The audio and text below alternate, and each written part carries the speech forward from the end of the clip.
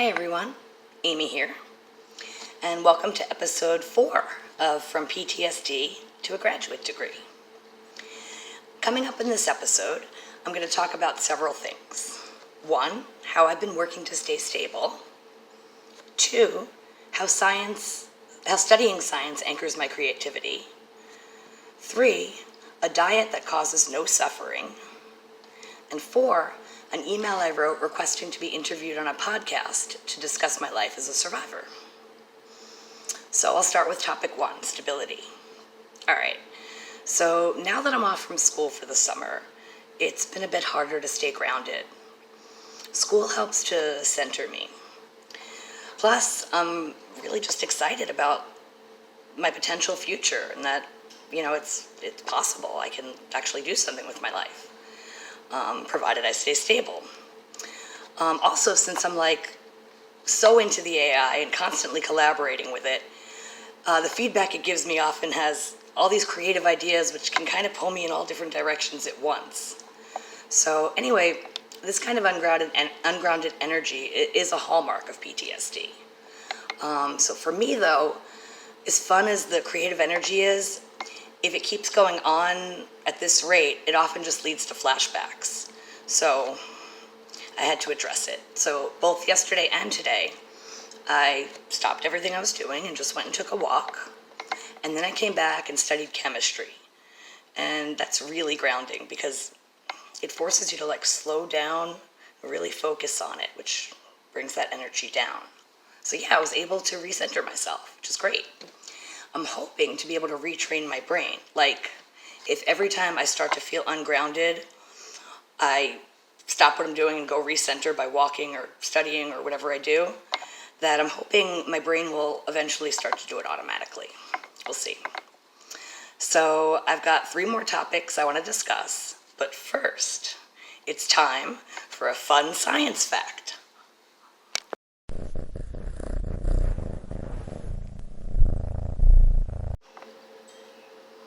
Hey everyone, I'm back. So yeah, it's true, chickens purr. Isn't that adorable? Anyway, so the next thing I wanted to talk about is one reason I chose to study science. So some of my friends were actually really surprised when I said I would be majoring in biology because my main interests have always been psychology and creativity. I write, I draw, like caterpillars and stuff like that.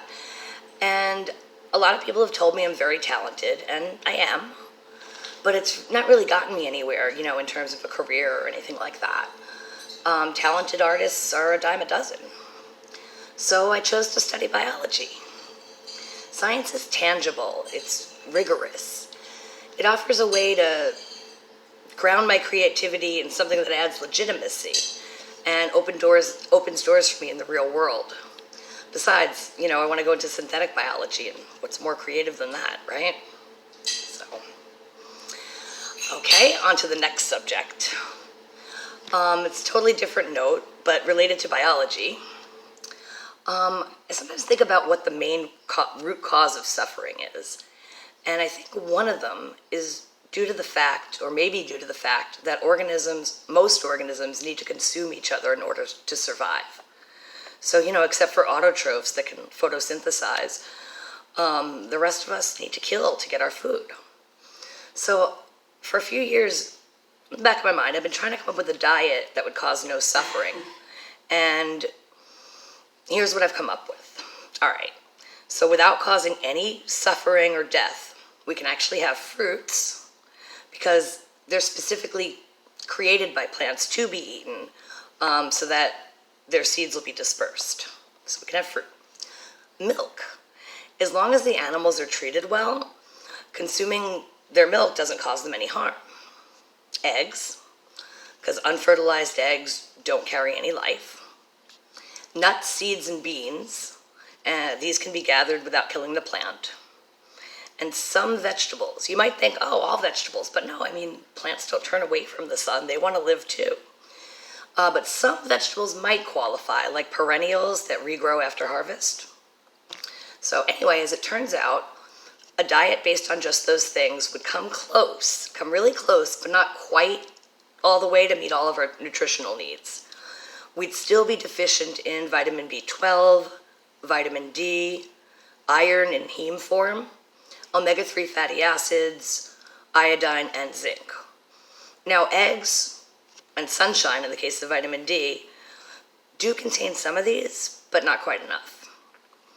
So the takeaway is, while harm reduction is possible, like, it's definitely possible to reduce the harm, still some limits. And I'm not even saying we should do it, I'm just thinking of it. I mean, I eat meat, I'm not a vegetarian, I'm not, but I feel that, like I said, this could be one of the root causes of suffering, so I'm trying to, in the back of my mind, work on ways around it, if possible, or at least to harm reduction. So, okay, so that completes that topic. And on the final topic, what I wanted to share was that this morning I sent an email to a woman named Emma Catherine, who hosts a podcast called Imagination Station. And in her podcast, she interviews survivors of the kind of trauma I've been through. And I really like her show, and I like her, like, she's very kind. So here's what I wrote. I thought I'd share the email with you. So move over here, read it from Facebook, because I posted it on Facebook too. Hi, Emma. I hope you're doing well. My name is Amy Berger, and I'm a survivor of ritual abuse and MK Ultra. I'm 48 now, and I began recovering memories at age 22.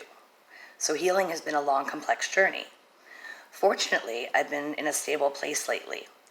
A couple of years ago, I returned to college as a way to stay grounded and redirect my energy away from terror.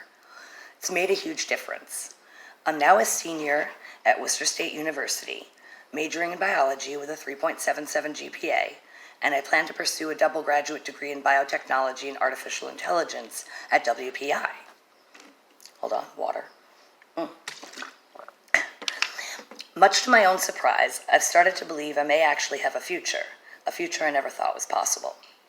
My career goal is to work in synthetic biology, specifically to explore ways we might reduce or eliminate fear at the genetic level.